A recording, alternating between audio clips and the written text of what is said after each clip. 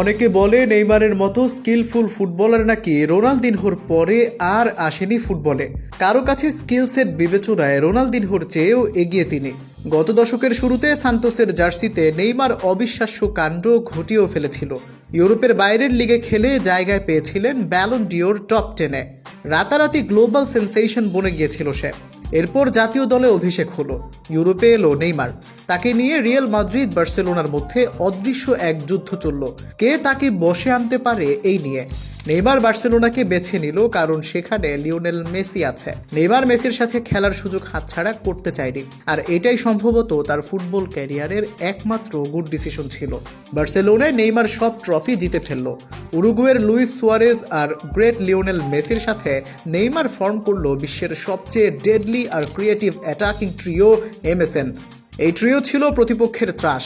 বিশেষ করে নেইমার আর Messi বার্সেলোনাকে champions লিগে তখন ডোমিনেটিং পজিশনে রাখছিল নিয়মিত।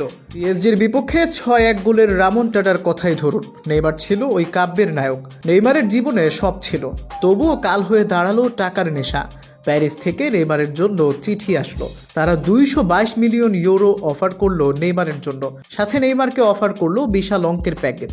নেইমার রাজি হয়ে গেল। ডাউনফলের শুরু এখানেই। পিএসজির নেইমার ঠিকই ফ্লোরিশ করছিল। নেইমারের কারণে পিএসজি চ্যাম্পিয়ন্স লিগের ফাইনালেও গিয়েছিল। কিন্তু যেই ক্লাবের ইতিহাস বলতে কিছুই নেই, না আছে জেতার কালচার, সেখানে ফুটবল ক্যারিয়ারের উন্নতি অসম্ভব। সাথে হানা দিল ইনজুরি। ক্লাবের সাথে ন্যাশনাল ক্যারিয়ারও এগুলো সমান্তরালে। 2014 বিশ্বকাপে ঘরের মাটিতে বিশ্বকাপ জেতানোর গুরুভার এসে পড়ল তরুণ নেইমারের উপর। নেইমার কোয়ার্টার ফাইনালে ইনজুর্ড না হলে হয়তো কিছু একটা হয়েও যেত হয়তো। নেইমারের অনুপস্থিতিতে ব্রাজিল 7-1 গোলে লজ্জাজনক হার হারল ওইবার। 2018 বিশ্বকাপে নেইমার মাঠে গড়াগড়ি খেয়ে ক্রিটিসাইজ হলো। বিশ্বকাপ সেবারও জেতা হলো না। 22-এর মডরিচের ক্রোয়েশিয়ার কাছে পেনাল্টি শুটআউটে হেরে বাদ পড়তে হলো। 2019-এ ব্রাজিল কোপা জিতল, কিন্তু নেইমার সেই দলে ছিল না। এক দশকের বেশি সময় ব্রাজিলকে নিজের কাঁধে নিয়ে বেড়ানো মানুষটা জাতীয় দলে থাকলেন ট্রফি শূন্য।